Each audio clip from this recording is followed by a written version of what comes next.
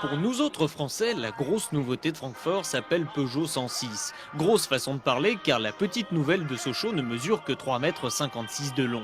La 205 hérite donc d'une petite sœur qui dès le départ est commercialisée en 8 versions différentes, composées à partir de 4 motorisations essence. Les mêmes que sur la Citroën AX, avec des puissances s'échelonnant de 45 à 100 chevaux. Comme les moteurs, les finitions sont au nombre de 4, XN, XR, XT et XSI. Pas facile à prononcer, surtout pour les Auvergnats, mais ce qui compte pour la 106 de Francfort, c'est d'avoir du goût.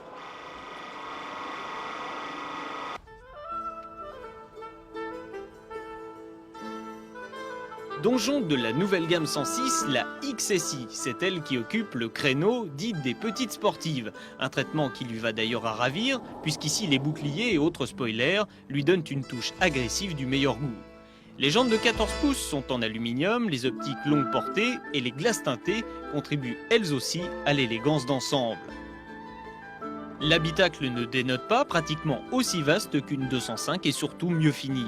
L'équipement est juste dans la moyenne, un bon point pour la radio intégrée et là sans option comme la fermeture centralisée et les glaces électriques. Pour sa croisade, Peugeot a doté la 106 XSI d'un cœur de lion, 4 cylindres, 1360 cm3, injection monotronique et 100 chevaux à 6800 tours.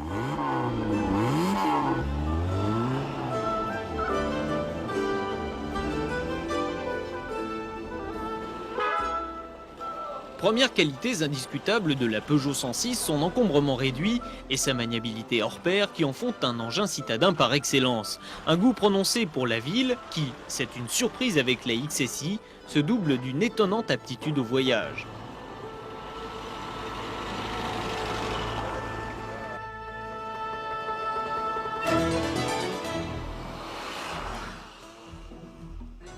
Certes, on est encore loin des berlines allemandes, mais la 106 XSI est confortable et relativement silencieuse, surtout quand le rythme s'accélère.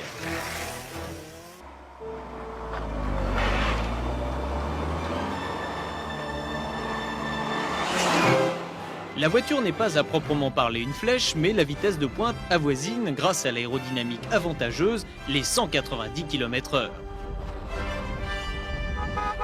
Bien sûr, on aurait aimé un moteur avec un peu plus de caractère, mais le comportement compense largement le manque relatif de punch de cette mécanique.